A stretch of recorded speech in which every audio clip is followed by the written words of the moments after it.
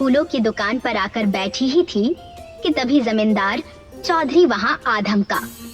कल तुम्हारी दुकान से मैंने अपने नौकर जग्गू से एक फूलों का हार मंगाया था जो आज ही मुरझा गया। आपको कोई गलतफहमी हुई होगी, मेरी दुकान के फूल इतनी जल्दी नहीं मुरझाते। तो तुम कहना चाहती हो कि मैं झूठ बोल रहा हूँ? मैंने ऐसा तो नहीं कहा। तभी जमींदार चौधरी का नौकर जग्गू फूलों की माला लेकर वहां पर आ गया। तुम अपनी आंखों से स्वयं देख लो। रामवती फूलों को गौर से देखती हुई बोली, ये मेरी दुकान के फूल नहीं हैं। मैं अपनी दुकान के फूल अच्छी तरह से पहचानती हूँ। ये झूठ बोल रही है जमींदार साहब, मैं इसी के यहाँ से फूलों का हार लेकर गया था। देख रहा हूँ रामवती कि तुम लोगों को बेकार फूल बेच बेच कर अच्छी कमाई कर रही हो, लेकिन ये ज्यादा दिन तक नहीं चलेगा। इतना बोलकर जमींदार चौधरी अपने नौकर जग्गू के साथ वहाँ से चला गया। जमींदार चौधरी अपनी हवेली पहुँचा ही था कि तभी उसकी भतीजी रितिका जमींदार चौधरी से कहती है, क्या हुआ चाचा जी, कोई बात बनी क्या? जमींदार चौधरी के बोलने से पहले ही उसका नौकर जग्गू रितिका से बोला, जरूर कोई बात नहीं बनी रितिका जी, सेठ जी तो बस हमेशा की तरह रामवती से नाराज होकर यहाँ चले आए। ये क्या चाचा जी, इस तरह से तो रामवती कभी भी अपनी फूलों की दुकान बंद नहीं करेगी, और जब तक वो अपनी फूलों की दुकान बंद नहीं करेगी तब तक मैं अपना इस गांव में फूलों का बिजनेस कैसे बढ़ा पाऊंगी? चिंता क्यों करती हो रितिका? तुम अपने चाचा के दिमाग को अभी ठीक तरीके से पहचान नहीं पाई हो। लेकिन मैं पहचान गया हूँ, फिर भी आप कुछ नहीं करने वाले। बकवास बंद करो जग्गू। मैं अगर तुमसे रोज मुरझाए हुए फूलों की माला बनवाता हूँ और वही फूलों की माला रामवती की दुकान पर ले जाता हूँ तो उसकी एक वजह है, और वो वजह तुम्हें कुछ समय बाद समझ में आ जाएगी।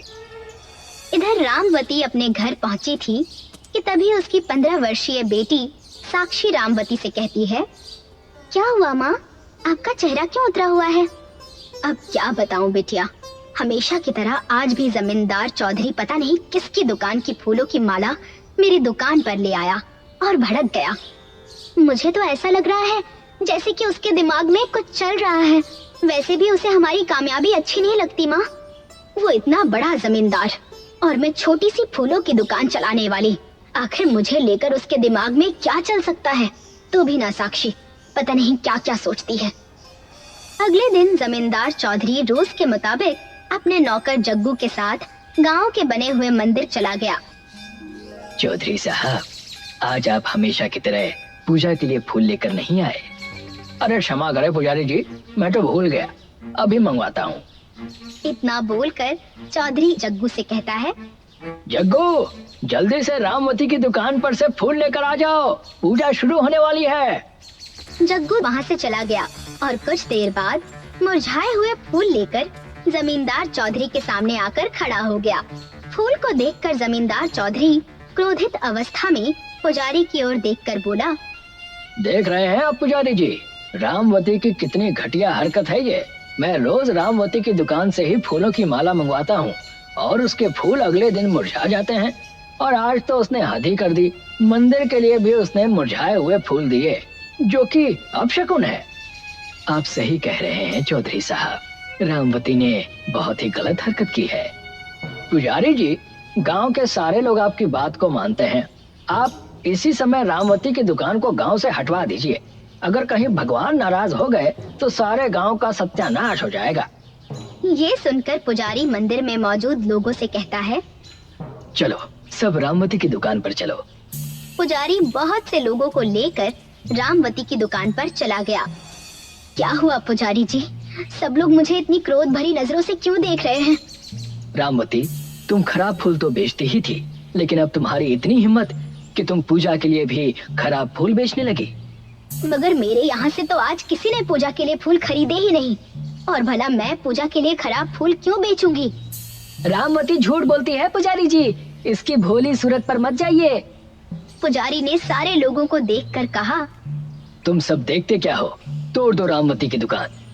पुजारी की बात सुनकर सभी लोगों ने रामवती की दुकान को तोड़ दिया और उसके फूल सड़क पर बिखेर दिए।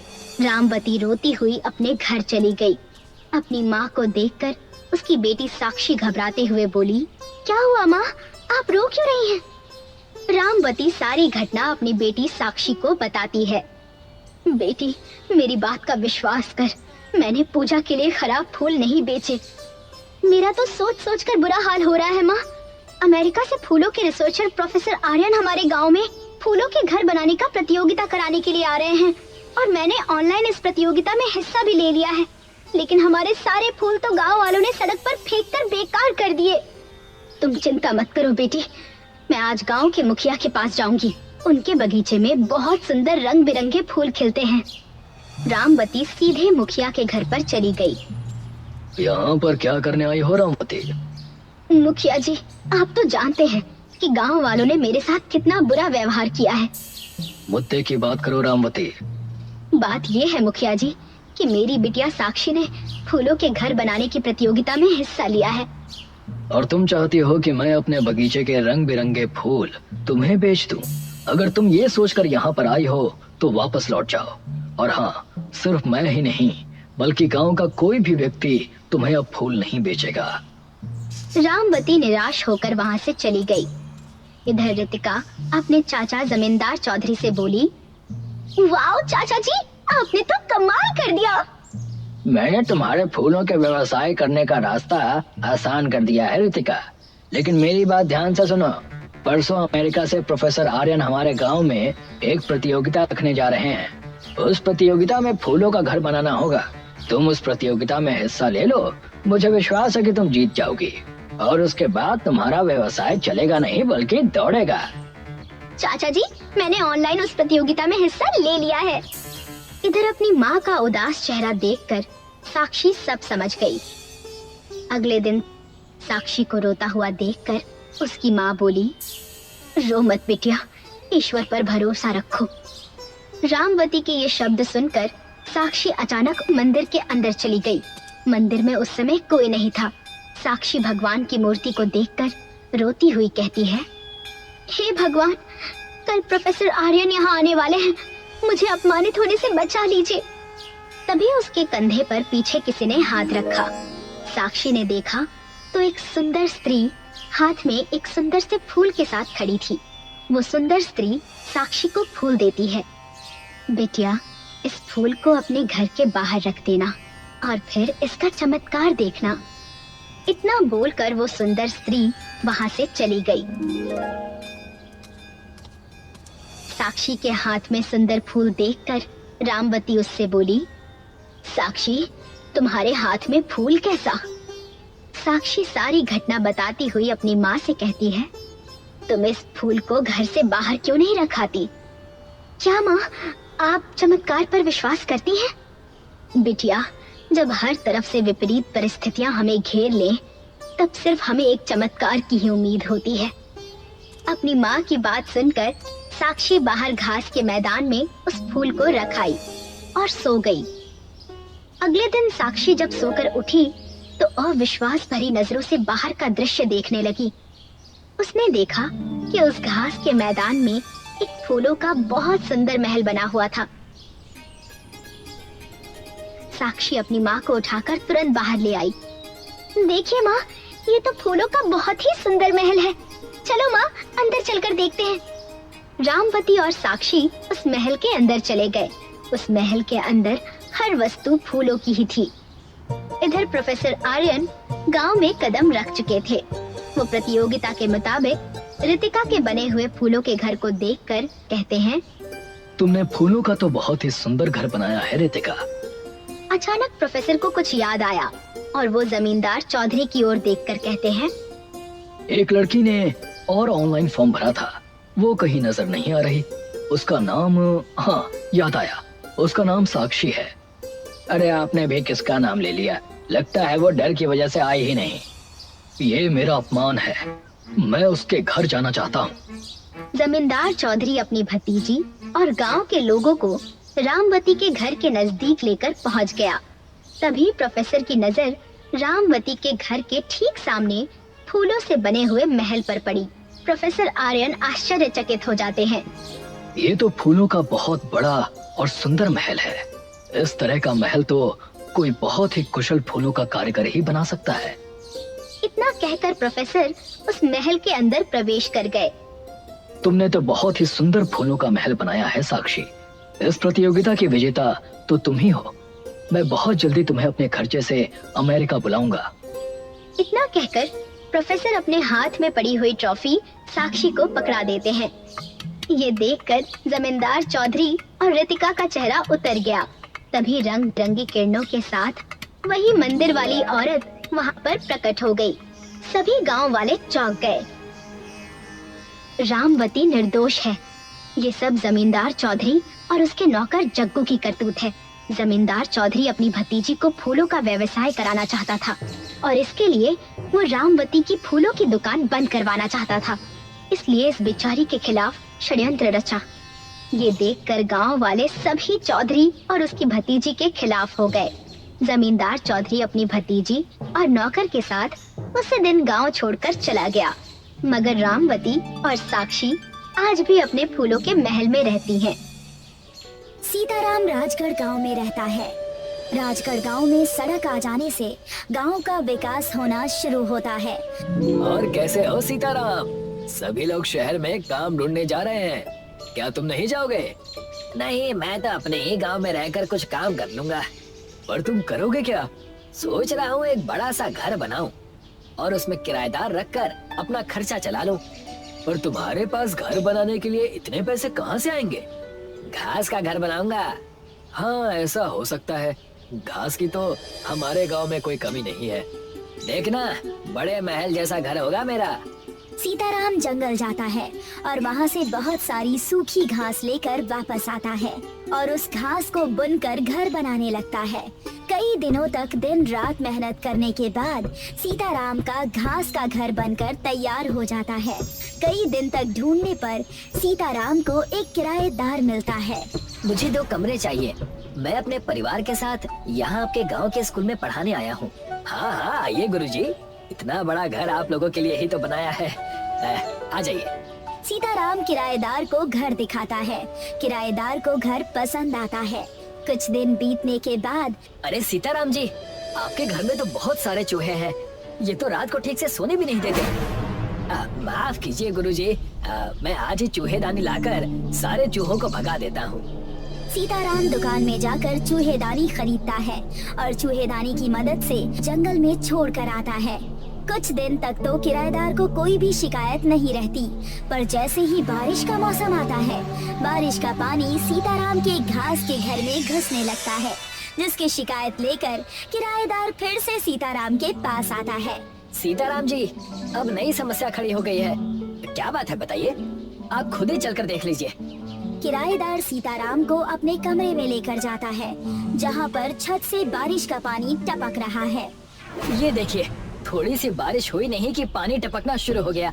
अब आप ही बताइए, बारिश के मौसम में तो यहाँ घर के अंदर बाढ़ ही आ जाएगी। माफ कीजिए गुरुजी, मैं इसका कुछ इलाज करता हूँ। सीताराम बाजार से एक बड़ा सा त्रिपाल और ताड़ पत्री खरीद कर लाता है, जिसे वो अपने घर के ऊपर रख देता है। लीजिए गुरुजी, अब आपकी पानी टपकने की समस्या भी खत्म हो गई। धीरे धीरे बारिश का मौसम शुरू हो जाता है और तेज मूसलाधार बारिश होने लगती है, जिससे सीताराम की छत का त्रिपाल और ताड़ पत्री दोनों ही फट जाते हैं और बारिश का पानी एक साथ घर में आ जाता है। किराएदार गुस्से में सीताराम के पास जाता है। देखिए सीताराम जी, अब तो हद ही हो गई है। घर का सारा राशन भीग गया है। ऐसे में कोई कैसे आपके इस घास फूस के घर में रह सकता है?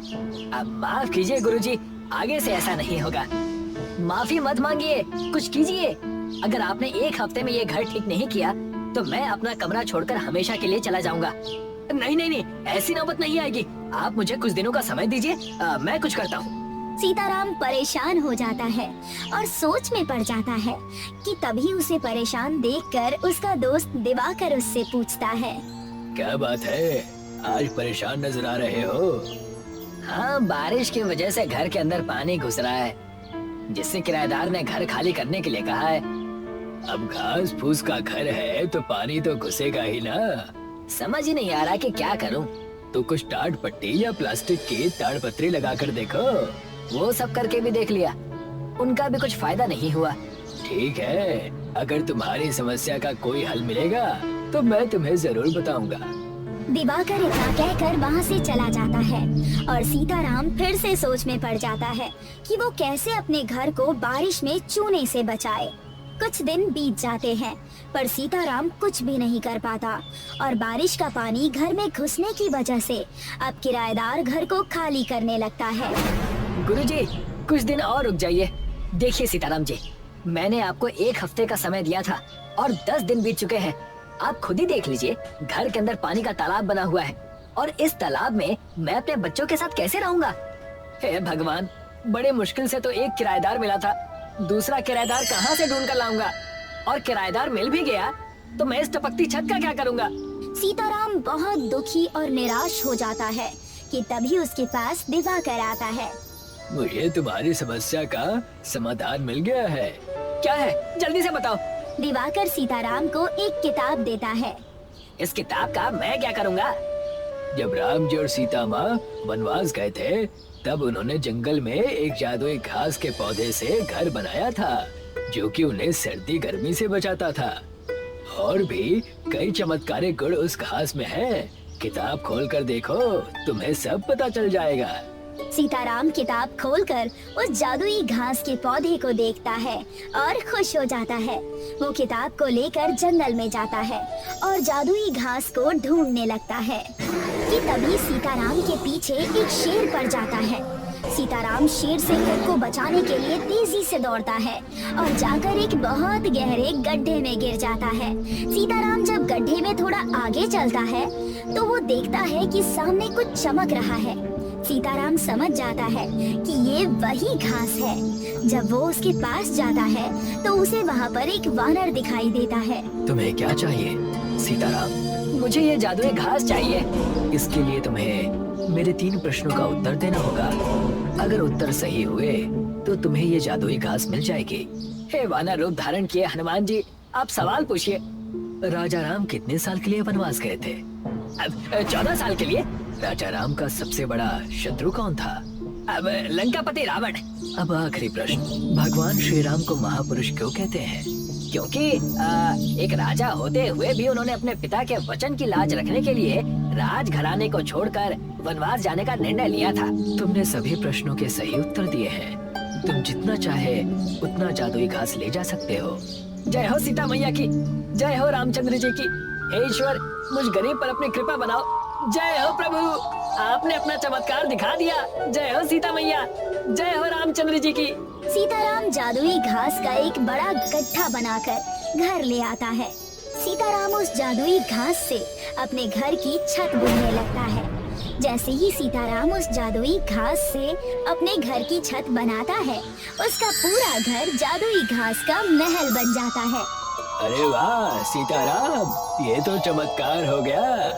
ये सब तो प्रभु रामचंद्र जी की कृपा है और तुम्हारी किताब के बताए हुए नुस्खे ने कमाल कर दिया है। बहुत बहुत धन्यवाद दिवाकर। इसमें धन्यवाद की क्या बात है? अगर मुसीबत के समय में एक दोस्त दूसरे के काम नहीं आएगा तो दोस्ती ही क्या। आ जाओ, तुम्हें अंदर से अपना जादुई घास का महल दिखाता हूँ। सीताराम दिवाकर को अपना जादुई महल दिखाने के लिए ले जाता है। जब ये बात किराएदार को पता चलती है कि सीताराम के घास का झोपड़ा जादुई घास का महल बन गया है, तो वो अपना सारा सामान लेकर सीताराम के पास वापस आता है। मुझे माफ कर दीजिए सीताराम जी, मैं आपके घर को छोड़कर चला गया था और न जाने आपको क्या क्या कह दिया। कोई बात नहीं गुरुजी, उस वक्त मेरे घर की हालत भी ठीक नहीं थी और ऐसे पानी टपकने वाली छत में भला कोई कैसे रहेगा। पर अब मेरा घर बिल्कुल ठीक हो गया है। आप अपने पूरे परिवार के साथ वापस आ सकते हैं। किराएदार अपना सारा सामान और परिवार को लेकर सीताराम के जादुई घास के महल में वापस रहने के लिए आ जाता है। धीरे धीरे सीताराम के जादुई घास के महल के बारे में लोगों को पता चलता है और कुछ नए किराएदार रहने के लिए जादुई घास के महल में आने लगते हैं।